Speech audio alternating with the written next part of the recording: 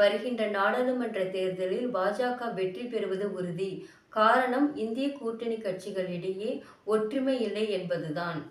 மோடி என்ற மலையை அசைக்க முடியாததற்கு காரணம் என்னன்னா, இந்திய கூட்டணி கட்சியின் பிரதமர் வேட்பாளர் தான். ராகுல் காந்தியை பிரதமர் வேட்பாளராக நிறுத்தினால்தான் வெற்றி பெற முடியும். காங்கிரசுக்கு மக்கள் ஓட்டு போடுவதற்கு முக்கிய காரணம் நேரு குடும்பம் என்பதால்தான்.